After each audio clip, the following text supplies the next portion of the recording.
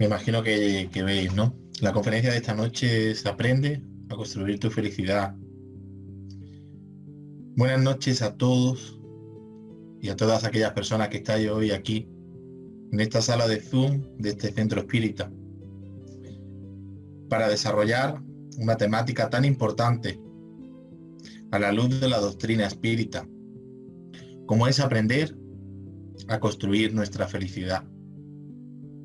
Comenzamos esta conferencia implorando la presencia de nuestro querido Maestro Jesús, que hace aproximadamente 2000 años sentó las bases para construir nuestra felicidad.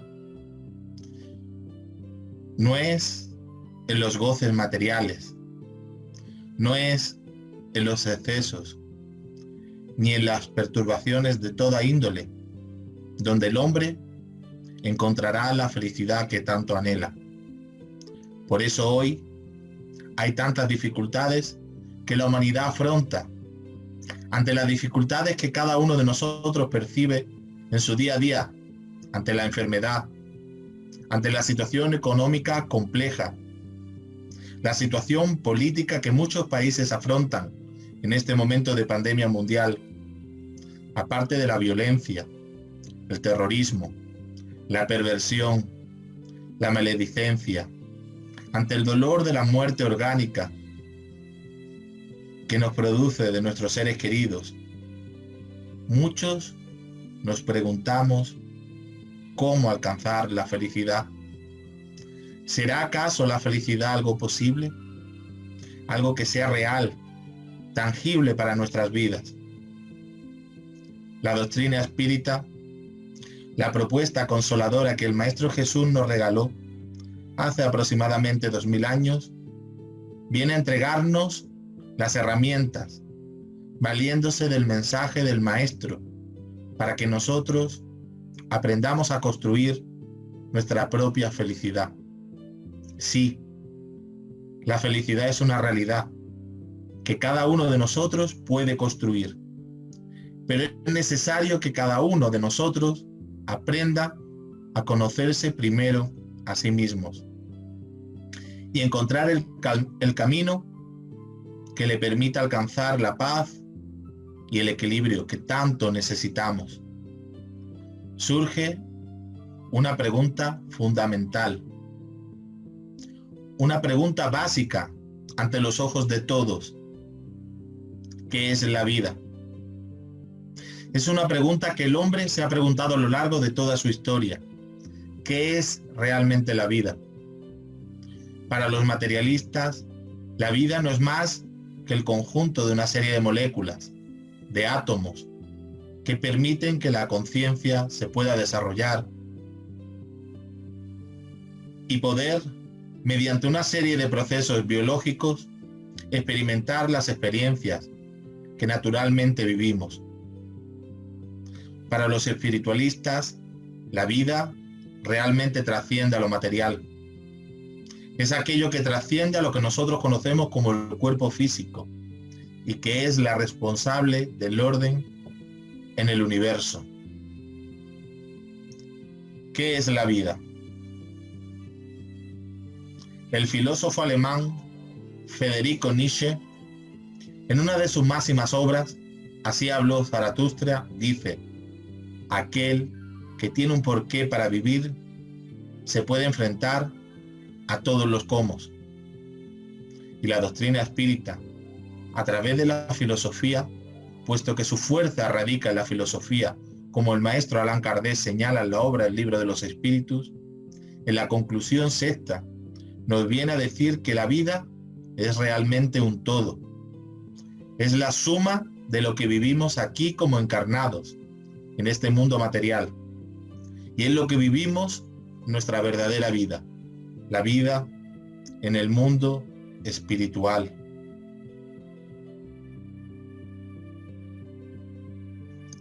Aquí podemos ver una frase de Joana de Angelis, extraído del libro Plenitud, en la página 57, ¿no? Dice: el altruismo es el amor propio enseñado por Jesús, que se olvida de sí mismo para concentrarse en el bien del prójimo. olvidando todo el mal para agigantarse en las aspiraciones del progreso, del orden y de la felicidad. Juana de Ángelis, este querido espíritu superior, guía de Divaldo Pereira Franco, nos entregó un mensaje hermoso de lo que realmente es la vida. Y dice así: la vida es un poema de belleza, cuyos versos están constituidos de propuestas de luz, escritas en las partituras de la naturaleza, que exalta su presencia en todas partes. La vida es un poema de belleza, pero como todo poema, como toda propuesta de luz, como toda partitura en la música y en la naturaleza, hay que aprender a identificarla, a elevar nuestro punto de vista, porque la belleza necesita ser tocada, necesita ser tangible a nuestros sentidos para poder apreciarla. La vida es un poema, y es la máxima obra del Creador, la inteligencia suprema, causa primera de todas las cosas. Ha hecho en la sublime creación. Sin embargo, al preguntarnos por la vida, surge la inquietud de si realmente la vida es un poema de belleza. ¿Por qué, entonces, tenemos que sufrir? ¿Por qué tenemos que ver a nuestros seres queridos rotos de dolor? ¿Por qué tenemos que padecer enfermedades complejas? ¿Por qué tenemos que ver injusticias en las diferentes naciones y partes del mundo donde nos encontramos? ¿Por qué hay violencia, delincuencia? ¿Por qué tenemos que sufrir el abandono de nuestros seres queridos? El desprecio de seres que amamos. ¿Por qué? ¿Y por qué nos preguntamos tantas veces? Porque si la vida realmente es una belleza, ¿por qué si realmente Dios es infinitamente amor y justicia, por qué nosotros debemos sufrir? El maestro Allan Kardec, el codificador de la doctrina espírita, hace la siguiente propuesta: la fe en el porvenir puede consolar y aportar paciencia, pero no explica esas anomalías que en apariencia desmienten la justicia de Dios. Esta afirmación que hace el maestro Kardec, haciendo un análisis de las corrientes espiritualistas que plantean que el sufrimiento es un producto de experiencias que Dios impone a cada uno de nosotros para un futuro poder alcanzar la felicidad, hace este análisis que hemos leído en el capítulo 5 del Evangelio según el Espiritismo. Las religiones convencionales nos han planteado que todos los sufrimientos que nosotros padecemos en la actualidad tendrán un fruto o una recompensa en el futuro, y en eso soportan la fe las diferentes religiones. Sin embargo, como dice el maestro Allan Kardec, la fe en el porvenir nos puede dar ese consuelo, esa paciencia que necesitamos para afrontar las vicisitudes y las tribulaciones. Sin embargo, no va a poder responder y explicar las aparentes anomalías que encontramos, porque hay personas que nacen en la opulencia y otras en la miseria, porque hay personas que nacen saludables y otras con enfermedades complejas, porque hay personas con grandes habilidades intelectuales y otras padeciendo de enfermedades con atrofia intelectual. ¿Por qué? ¿Dónde podemos encontrar respuestas a estas diferencias? Allan Kardec nos enseña en el preámbulo a esta respuesta con el siguiente análisis y nos dice: las vicisitudes de la vida tienen pues una causa, y puesto que Dios es justo, esa causa también debe ser justa. La ley de causa y efecto, inmersa en las leyes incluso físicas, planteadas por el gran físico inglés Isaac Newton, la ley de acción y reacción, nos viene a decir que toda causa va a responder a un efecto, o si se prefiere, todo efecto obedece a una causa. Y si partimos de la premisa que Dios es justo, este efecto debe obedecer a una causa justa. Y es donde encuentra esta causa a todas esas anomalías injustas que encontramos en el pasado. Y es aquí donde la doctrina espírita viene a hablarnos de uno de los fundamentos más desconocidos de la sociedad, y es el de la reencarnación. La reencarnación viene a resolver la problemática existencial del sufrimiento, cuando viene a decirnos que es necesario reencarnar tantas veces sea necesario para poder alcanzar nuestra felicidad y la paz interior que tanto necesitamos. Pero cuando hablamos de reencarnación, las masas científicas y religiosas ortodoxas se rasgan las vestiduras. ¿Cómo es posible que un pensador en pleno siglo XIX pueda creer que la reencarnación sea una realidad?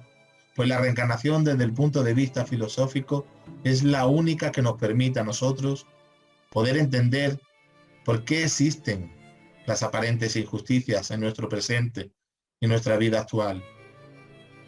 Es la reencarnación la que va a permitir concatenar todas esas aparentes desigualdades que encontramos en nuestra sociedad. Para Allan Kardec, habiendo sentado las bases, los principios que hay detrás de la reencarnación, le pregunta a los espíritus superiores, ¿cuál es el objetivo de la reencarnación? Y los espíritus le responden, la expiación y el mejoramiento progresivo de la humanidad.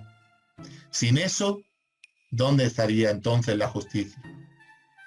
Reencarnamos para expiar los errores que nosotros mismos hemos cometido en el pasado.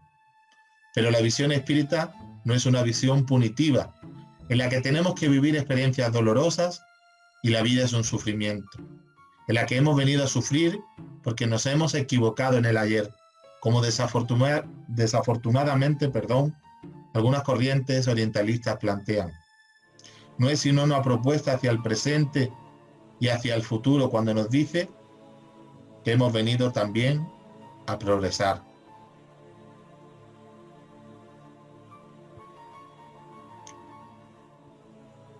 Por eso, la tesis de la metempsicosis, en la que se cree que nosotros podemos reencarnar en animales y en vegetales, es un absurdo.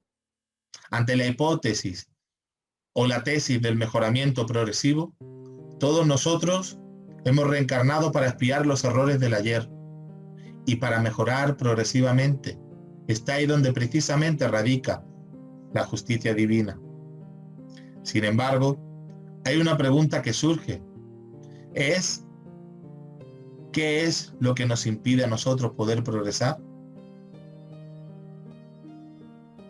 En la pregunta 785 de la misma obra, el Libro de los Espíritus, Allan Kardec le pregunta a los espíritus superiores, ¿cuál es el mayor obstáculo para el progreso?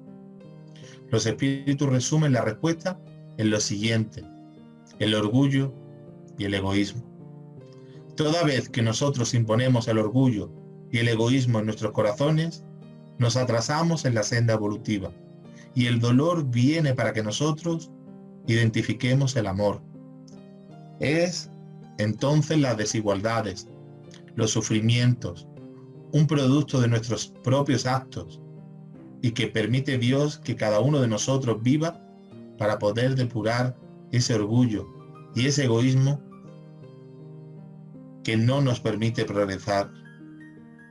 Es decir, en otras palabras, la felicidad es una fatalidad para la humanidad. Y esto es algo maravilloso que la doctrina espírita viene a ampliarnos. O si vamos a ser felices ahora, si me niego, si soy renuente a ser feliz, pues va a llegarnos el dolor, para que a través del dolor aprendamos a amar y pueda aprender a progresar. Ese es, digamos, todo el foco que hay detrás del dolor, del sufrimiento. La reencarnación es una llave para poder comprender por qué existen esas desigualdades. Ahora, habiendo comprendido que cada uno de nosotros es responsable de sus actos y que cada uno de nosotros cosecha lo que ha sembrado, entonces es lógico entender lo que realmente es la verdadera desgracia porque hoy en día, ante las experiencias, y en especial en este año, nos preguntamos por qué vivimos tantas desgracias, qué es lo que realmente es para nosotros una desgracia. Y el espíritu Delfín de Girardin, en el Evangelio según el Espiritismo, nos viene a entregar el siguiente mensaje. La verdadera desgracia, queridos amigos, reside en las consecuencias de un hecho más que en el hecho en sí mismo. Esta es una frase profunda, profundísima, y que debemos meditar en nuestras vidas, porque tenemos un enfoque errado sobre lo que es la verdadera desgracia. La desgracia, en realidad, no se mide en las consecuencias del hecho en sí mismo. No se mide en las consecuencias del hecho en sí, sino en el hecho en sí mismo. ¿Qué quiere decir eso? Que la enfermedad compleja, que la desencarnación de un ser querido, que la situación económica difícil, que todas las tribulaciones que cada uno de nosotros ha vivido o tiene que vivir, tendrá que vivir realmente no obedecen o no responden a una verdadera desgracia, porque la verdadera desgracia va a responder por el hecho en sí mismo, es decir, por lo que nosotros hacemos. Verdadera desgracia es que nosotros perjudiquemos, por ejemplo, a nuestro prójimo. Desgracia es engañar a nuestra pareja. Verdadera desgracia es abandonar a nuestros seres queridos. Desgracia es violentar los derechos de nuestro prójimo. Desgracia es no comprender, insultar, ofender.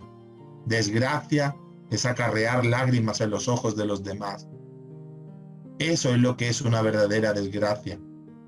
Tenemos que aprender a elevar nuestro punto de vista, para que habiendo comprendido lo que es una verdadera desgracia, empecemos a sentar las bases para construir nuestra felicidad. ¿Y por qué es importante hacer este análisis interno?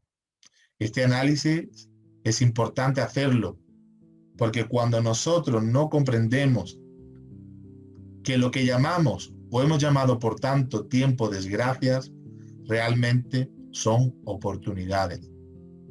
La felicidad aparece enseguida en nuestras manos.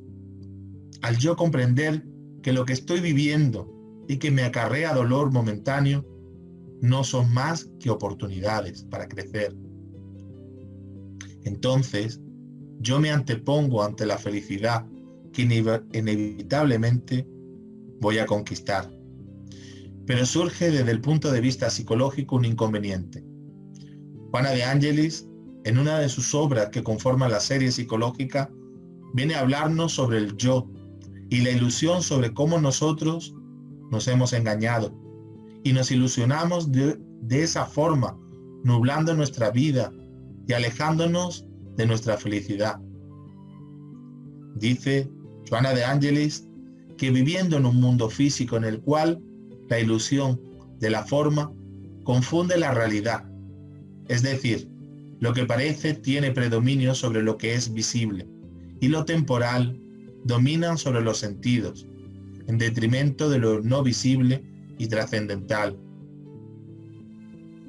Y es comprensible que de esa forma hay engaño en la elección del total en detrimento de lo incompleto. Cuando uno lee este párrafo, este mensaje de análisis que Juana de Ángelis nos hace, la primera podría parecer un poco compleja de entender. ¿Qué es lo que Juana de Ángelis nos quiere decir aquí, desde el punto de vista psicológico? Que nosotros, al vivir en el mundo físico, que no es el mundo real, nos confundimos, nos ilusionamos. Y entonces la forma se confunde con el fondo.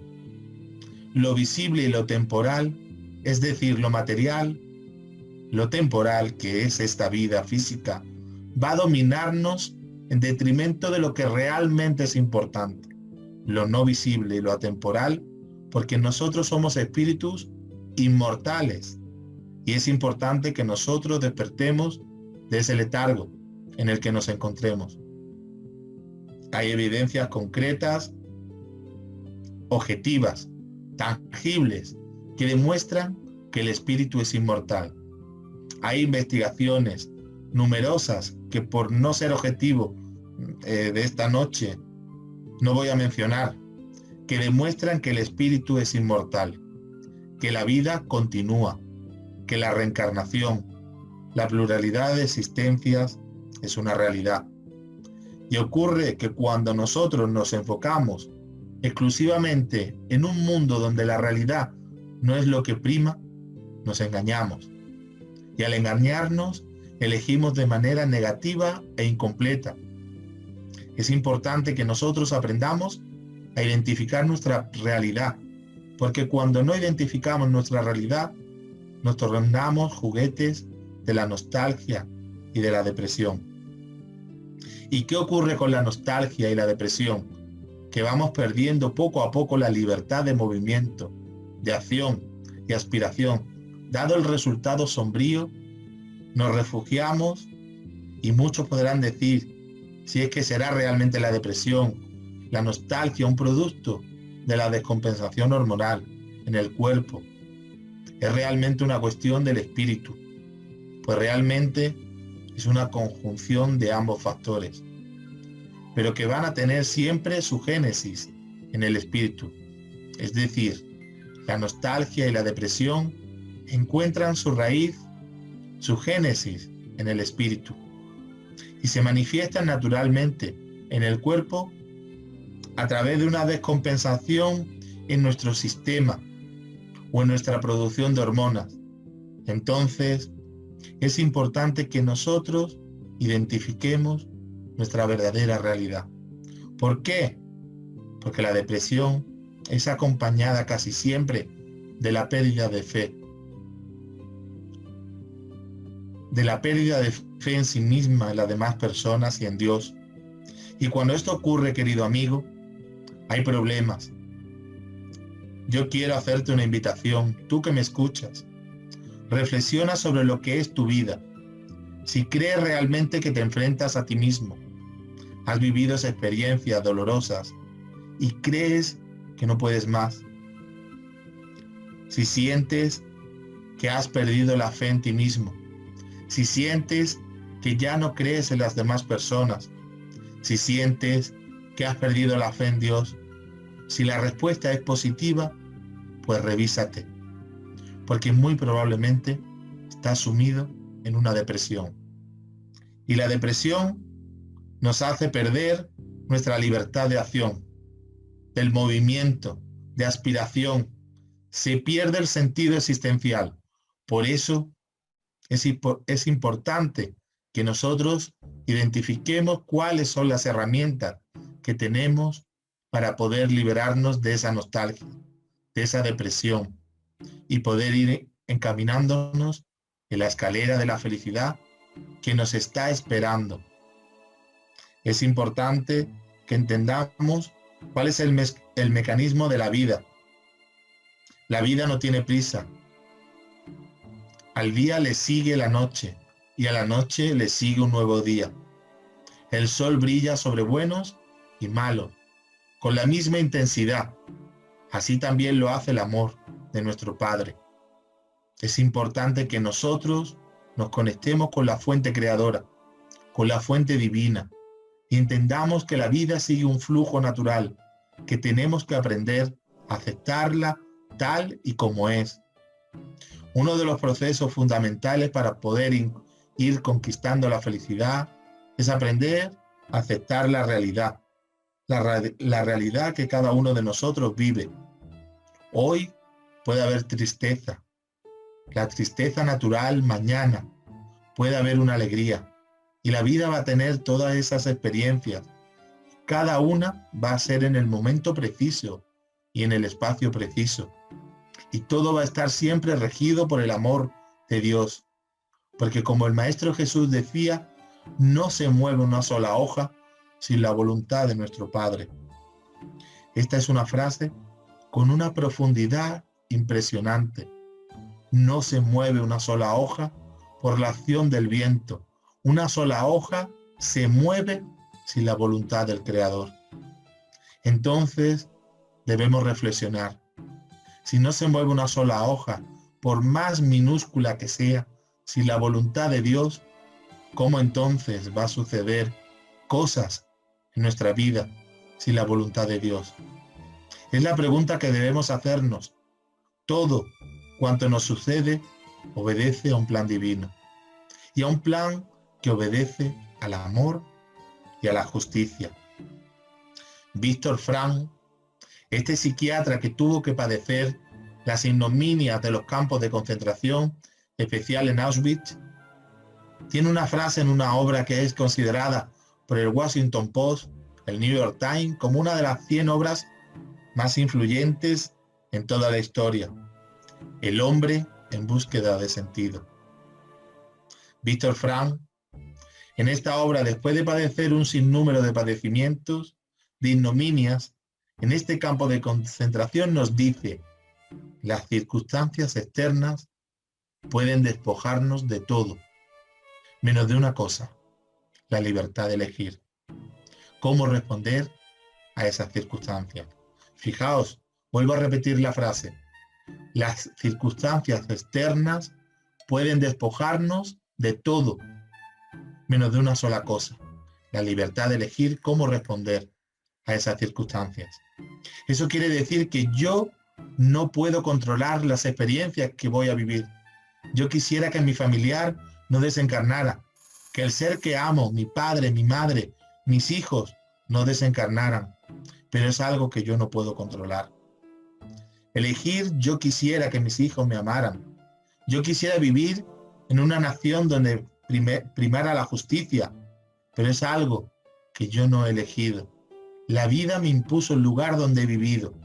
Yo quisiera tener esto, quisiera tener lo otro, quisiera que esta persona me amara, quisiera que esta persona me comprendiera, pero no lo puedo elegir. Son cosas de las que yo no puedo tener control. Sin embargo, dice Viktor Frankl, esas circunstancias externas que yo no puedo controlar y que me pueden despojar, entre comillas, de todo, menos de una cosa, y es de la libertad de elegir, que yo tengo la decisión, el libre albedrío de elegir cómo responder a estas circunstancias. Yo puedo, ante una crisis económica, salir adelante, luchar, comprender que es una oportunidad para crecer, o puedo sumirme en una depresión profunda y decir que Dios me está castigando y que yo soy una persona que es desgraciada. Ante la pérdida de un ser querido, yo tengo la potestad de decir: Dios ha querido que esta persona se libere de los sufrimientos propios de este mundo. O yo puedo sumirme en una depresión y en la rebeldía decir que la vida y que Dios es injusto. Es una potestad que tengo yo, la libertad de elegir.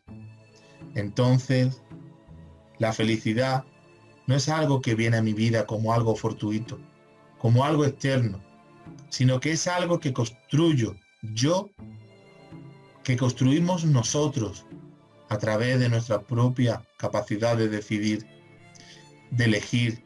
Es decir, tú que me escuchas, te preguntas: ¿cómo puedo alcanzar yo la felicidad? Pues lo primero es que tienes que tomar la decisión de elegir de ser feliz. Hoy, a 19 de marzo de 2021, debemos hacernos una pregunta: ¿qué necesito para ser feliz? Nos hacemos esta pregunta: ¿qué necesito para ser feliz? Pues para ser feliz, lo primero que necesito es tomar la decisión. Es decir, elegir ser feliz. Porque no puedo pretender alcanzar la felicidad o que la felicidad venga a visitarme cuando ni siquiera he tomado la decisión de hacerlo. Y esa decisión, esa libertad de elegir, tiene que hacerse fehaciente ante las tribulaciones que cada uno de nosotros vive. Yo tengo la decisión de ser feliz y hay que hacer una precisión. No significa esto que nosotros nunca vayamos a experimentar tristeza. No, porque recordemos que la tristeza es una emoción básica. La cuestión es cómo afronto yo la tristeza que inevitablemente voy a vivir ante diferentes situaciones. Es decir, voy a ser recurrente en este tema. Es cómo estoy yo respondiendo ante esta circunstancia externa. Entonces, en el proceso de construcción de la felicidad, vamos a hacer unas precisiones en este momento. Primero, es importante que nosotros identifiquemos nuestra realidad trascendental. Debemos entender, comprender, estudiar que nuestra realidad trasciende a lo material. Es decir, somos espíritus creados para alcanzar la felicidad. Primer paso, tengo que identificar mi realidad. Mi realidad es que soy un espíritu viviendo una experiencia transitoria en este mundo terrenal. Segundo, tengo que disponerme, abrirme a la felicidad. Y esa disposición me va a dar la libertad de elegir ser feliz. Es decir, la capacidad de poder responder a ciertas circunstancias. En términos modernos y psicológicos, es la capacidad que yo tengo de ser resiliente ante las situaciones complejas de la vida. Y a modo de fórmula, Juana de Ángeles, en una obra que hace parte de la serie de Momentos de Alegría, nos da el secreto de la felicidad. Ese secreto no es una fórmula matemática. Ese secreto no es una pócima mágica en el que nosotros echamos en una sopa de verduras y de ungüentos. No, el secreto de la felicidad no se encuentra en la acción consciente en relación con las leyes divinas y con el estatuto de comportamiento humano. Luego que yo trasciendo que debo decidir ser feliz. Yo tengo que entender que esa felicidad va a ser congruente con la aplicación de las leyes divinas y con el mismo estatuto de comportamiento humano.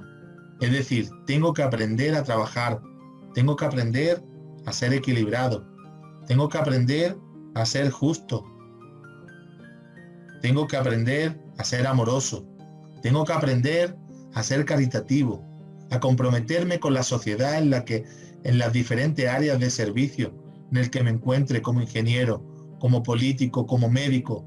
Como soy yo, tengo un compromiso ante la sociedad, y ese compromiso ante la sociedad es un compromiso también con las leyes divinas.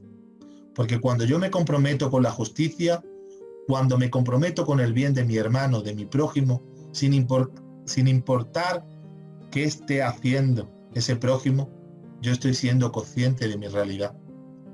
Estoy siendo consciente de mi realidad trascendental y estoy siendo consciente de las leyes divinas. Y solo así, a través de ese encuentro con las leyes divinas, vamos a experimentar momentos de alegría que se tornará en un futuro nuestra felicidad. Y se preguntan mucha gente, o nos preguntamos muchas personas, se preguntan quizás no dentro de la fila espírita, y entonces, ¿la felicidad se encuentra en la tierra o se encuentra en el cielo? Pero tenemos la respuesta. Jesús dijo que la felicidad no era de este mundo. Y muchas religiones plantean que la felicidad realmente es de este mundo.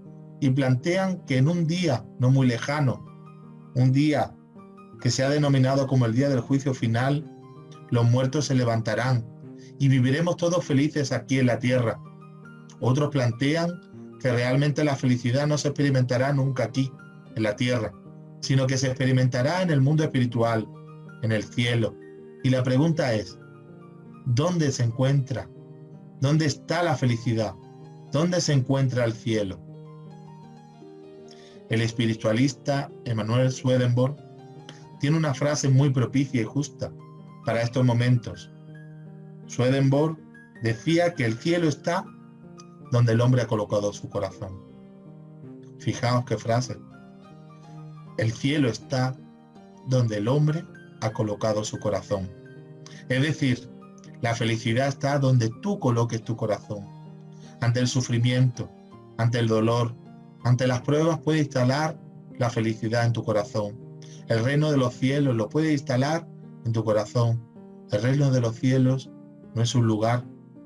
Y aquí de pronto puede ser complejo para muchas personas comprender esto, porque para muchos el sí quiero está arriba, para otros está abajo, y el cielo es un lugar donde la felicidad a través del amor divino nos espera. Pero no, el cielo no es un lugar.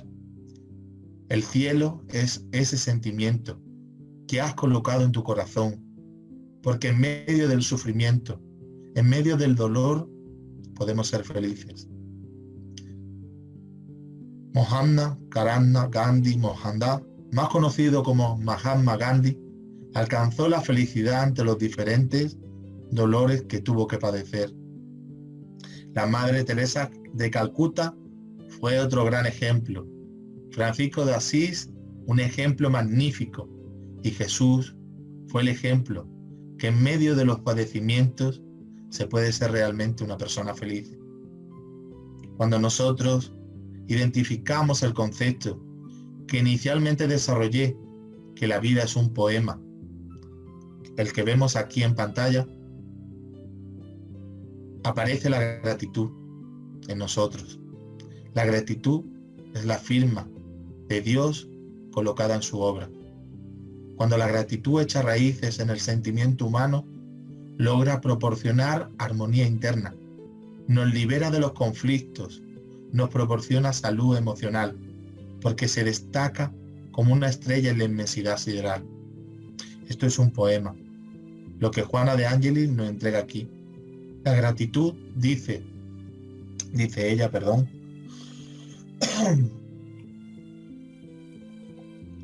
la gratitud, dice ella, es un milagro que transforma nuestra vida, porque nos hace ver con una óptica diferente la vida. Todo cuanto nos sucede es motivo de gratitud.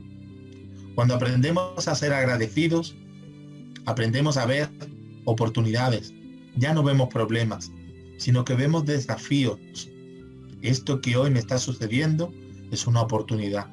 Y como es una oportunidad, yo le agradezco a Dios, porque me ha permitido vivir esta experiencia. Y la persona que es grata, que se identifica con la vida, cada mañana le dice: Señor, yo te quiero agradecer porque me has dado la oportunidad de vivir las experiencias que, aún dolorosas, he vivido. Yo te doy gracias por la enfermedad, por la situación económica difícil, y te doy gracias por el familiar complicado.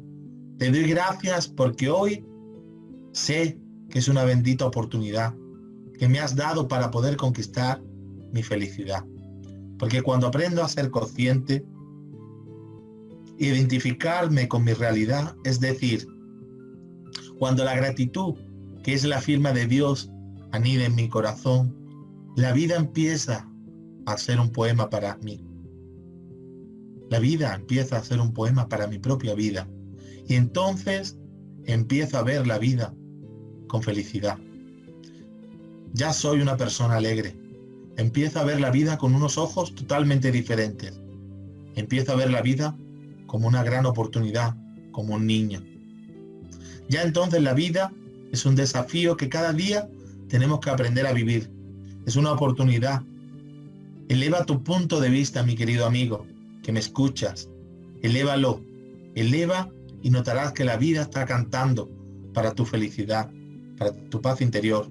No permitas que las situaciones difíciles de la vida te perturben, ni te desequilibre, porque Dios, a través de los seres queridos, de los amigos espirituales, está trabajando para que tú puedas alcanzar tu felicidad. No te permitas nunca olvidarte de eso. Es importante entonces que nosotros tengamos 3 aspectos muy claros en nuestra vida. Primero, la búsqueda del sentido existencial. Tenemos que ir en búsqueda del significado de nuestra vida, porque nuestra vida tiene un alto significado existencial. Segundo, es importante que nosotros entendamos, que comprendamos el significado del sufrimiento en la vida. Como le responden los espíritus a Kardec en la pregunta 167, el sufrimiento es una oportunidad para saldar la deuda del ayer. Y es una oportunidad para progresar, o en otros términos, para poder alcanzar la felicidad. Y por último, Es necesario que comprendamos la relatividad de la vida física, porque hoy estamos aquí, pero mañana no lo sabemos. El ser que amas, el ser que quieres, el padre, la madre, el hijo, tendrá que partir en algún momento. Pero la cuestión es que ninguno de nosotros tiene la carta que le va a decir, va a partir ese ser querido tal día, tal año. No, no existe, porque la vida en sí misma es relativa desde el punto de vista físico. Y como la vida obedece a tiempos relativos, es importante que aprendamos a vivirla con intensidad, a valorarla cada segundo, a tener la oportunidad de decirle al ser querido cuánto lo queremos, para comprender entonces lo que es el amor, y así nos vamos tornando en verdaderos cristianos, en verdaderos espíritas. Estamos trabajando cada día por nuestra transformación moral, esforzándonos cada día por dominar nuestras malas inclinaciones, porque comprendemos que la verdadera desgracia es la que sale de nuestro corazón y no la que viene de fuera. Realmente estoy actuando mal. Realmente estoy actuando mal.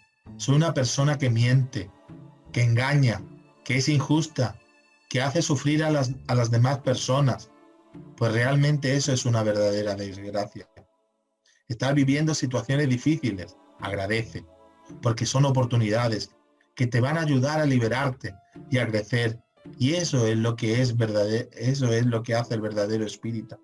Cuando a mí me preguntan qué es ser un verdadero espírita, las personas que forman parte de otras religiones o que son ateas, les contesto, pues ser un verdadero espírita es vivir la doctrina espírita.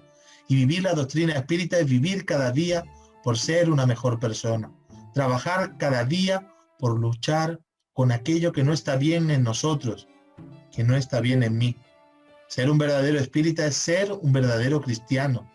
Y si hay alguna persona que no cree en Dios, escuchándome en estos momentos, le puedo decir que si él trabaja cada día por ser una mejor persona, si trabaja por superar lo que está bien mi querido amigo, aunque no creas en Dios, estás siendo un verdadero espírita, un verdadero cristiano, porque ambos se resumen en un verdadero hombre de bien, que es lo más importante en nuestros corazones. Aprender a entender que cada día debemos ser mejores, y somos mejores a medida que nos acoplamos con el amor. Así como esa niña que uno ve, su mirada, una mirada que inspira amor. El amor debe ser siempre el punto de partida de todas las aspiraciones y la etapa final de todos los anhelos humanos. Mahatma, uno de los grandes filósofos espiritualistas de la India, tiene una frase muy apropiada para este momento. Todo cuanto hagas en tu vida, hazlo siempre con amor. Todo lo que hagas en la vida, hazlo siempre con amor. Si vas a educar, hazlo con amor. Si vas a perdonar, hazlo con amor. Si vas a comprender, hazlo con amor. Incluso si en algún momento de tu vida sientes que tienes que alzar la voz, hazlo con amor. Pero todo cuanto hagas en tu vida, hazlo siempre con amor. Porque todo aquello que se hace con amor, se hace siempre de la forma correcta. El amor tiene unas particularidades, al igual que la medicina. La medicina actúa dosis a dosis. El amor opera gesto a gesto. Pretendemos a veces aferrarnos al amor con personas o seres queridos o no queridos de una manera súbita. Y el amor, al igual que la medicina, tiene que operar gesto a gesto. Se tiene que hacer poco a poco, tangible a través de nuestros actos, como unos buenos días, como una palabra comprensiva, como una palabra amiga, como una sonrisa, como una palabra de aliento, como un mensaje, como un abrazo. Es así como el amor empieza a operar gesto a gesto. Y cuando el amor opera gesto a gesto, la felicidad también opera gesto a gesto en nuestras vidas. Mi amigo, lo mejor del amor es amar. Y no solamente ser amado. Es importante que entendamos que lo más importante y lo más grande del amor no es ser amado. Aunque es importante ser amado, lo mejor del amor es amar. Por eso, los grandes personajes, los grandes líderes de la historia de la humanidad, que experimentaron gozos inenarrables, inefables, porque comprendieron que la belleza del amor consiste en amar, más que en ser amado. Y como dice Joana de Angelis, en momentos de coraje, cristifícate a través del amor. Recuerden estos momentos las palabras de Pablo cuando nos decía, no soy yo, sino Jesús quien vive a través de mí. Pablo se había cristificado a través del amor. Cristifícate a través del amor, mi querido amigo. ¿Qué significa cristificarse a través del amor? Ponerse en la cruz de los dolores de la negación, de la renuncia. Y sin esa cruz de la negación y de la renuncia, no podremos cristificarnos. Y a través de esa cruz lograrás liberarte y alcanzarás esa felicidad que tanto anhelas, donde Jesús y todos aquellos espíritus amigos que nos acompañan van a esperarnos por haber cumplido ese deber que teníamos programado antes de reencarnar. Por eso, mi amigo, mi amiga que me escuchas, sé feliz. Sé feliz con lo que tienes. Sé feliz con lo que haces. Sé feliz con los que amas. Sé feliz con los que te aman. Sé feliz sirviendo con amor y desinterés. Y lo más importante, sé feliz ahora. Ahora es el momento de ser feliz, no mañana. Es ahora el momento de ser feliz con lo que tengo. Es ahora el momento de ser feliz con lo que estoy haciendo, con mi vida. Es la hora de decir a esa persona que comparte conmigo que la amo y ser feliz con ella. Es el momento de ser feliz con aquellas personas que me aman. Es el momento, es la hora para ser feliz. No desaprovechemos esta oportunidad, porque no sabemos si mañana es el momento de partir. Y es importante, para ir poco a poco finalizando, concluyendo esta temática, que nosotros nos identifiquemos con Dios. Joana de Angelis, en la obra Hijo de Dios, nos entrega, a mi modo de ver, uno de los poemas más hermosos que nosotros podamos encontrar en la literatura espírita. Juana dice, cuando la perturbación y el miedo intentan atraparte, recuerda de inmediato la presencia de Dios a tu lado. Con la presencia de Dios lograrás unir en un solo eslabón el corazón y la mente y el espíritu. Ella, la presencia de Dios, ilumina la razón, diluye las sombras que perturban, el discernimiento, y nos permite a nosotros dominar las escenas de los acontecimientos inexorables con equilibrio. Hay momentos difíciles, y bastante difíciles que parecen imposibles de superar, colmados de problemas, si es que parecieran extenderse indefinidamente, e incluso a veces ignorados por seres queridos, cercanos, pero que Dios conoce. Muchas veces te sentirás al borde de precipicios profundos, desesperados, abandonado por todos. Sin embargo, no te encontrarás solo, porque en tu suplicio Dios sabe lo que te sucede. Cuando te encuentres injustamente acusado bajo el estigma de calumnias, cuando experimentes singulares angustias a punto de abandonar la lucha, confía, porque Dios está ahí. Confía, porque Dios lo sabe todo. Basta con que te dejes conducir por Él y sintonizar con su misericordia y su ser. Intentes hacer lo mejor para señalar tu camino con la huella de luz, característica de quien se entregó a Dios. Y en Dios progresa. ¿Cómo construir la felicidad? Aprendamos a construir la felicidad. Aprendemos a construirla cuando aprendemos, en suma, a conectarnos con Dios. Esta es una gran oportunidad para nuestras vidas, una oportunidad para construir nuestra felicidad, una oportunidad para poder alcanzar la paz, la armonía y el equilibrio que tanto anhelamos. Tenemos todo para ser felices. Elevemos el punto de vista hacia Dios y miremos desde las montañas de la inmortalidad que hemos reencarnado para alcanzar esa felicidad que tanto anhelamos. No permitamos nunca que ningún acontecimiento externo, por más doloroso que sea, logre irrumpir nuestros planes, porque son planes de belleza, planes de alegría, planes de felicidad.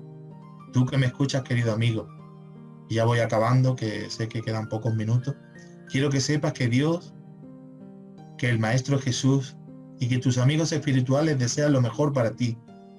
Todo en la obra de Dios está trabajando para tu felicidad. Por eso Dios desea que seas feliz. Y yo me encuentro hablando en estos momentos, intentando llegar a tu corazón. Deseo también que lo seas. Yo os deseo primero que ames y que amando, deseo primero que ames y que amando también seas amado. Y que de no ser así sea breve en olvidar y que después de olvidar no guarde rencor. Deseo pues que no sea así, pero que si es así, sea así sin desesperar. Te deseo también que tengas amigos y que incluso malos e inconsecuentes sean valientes y fieles, que por lo menos haya uno en quien confiar, sin dudar, porque la vida es así.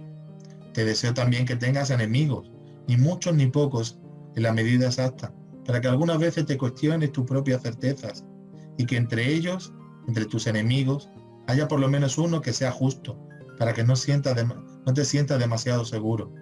Te deseo además que sea útil, mas no insustituible, y que en los momentos malos, cuando no te quede más nada, esa utilidad sea suficiente para poder mantenerte en pie. Te deseo que seas tolerante, no con los que se equivocan un poco, porque eso es fácil, sino con los que se equivocan mucho, irremediablemente, haciendo buen uso de la tolerancia, sirva de ejemplo para ti.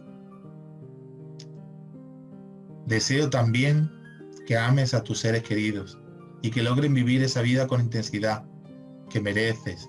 Deseo también que luego de crecer un hombre y una mujer de bien, un verdadero cristiano en ti, ese verdadero espírita, para que cuando llegue la hora de partir, el Maestro Jesús pueda hablar en las profundidades de tu corazón y te pueda decir que has cumplido la tarea por ser un verdadero espírita.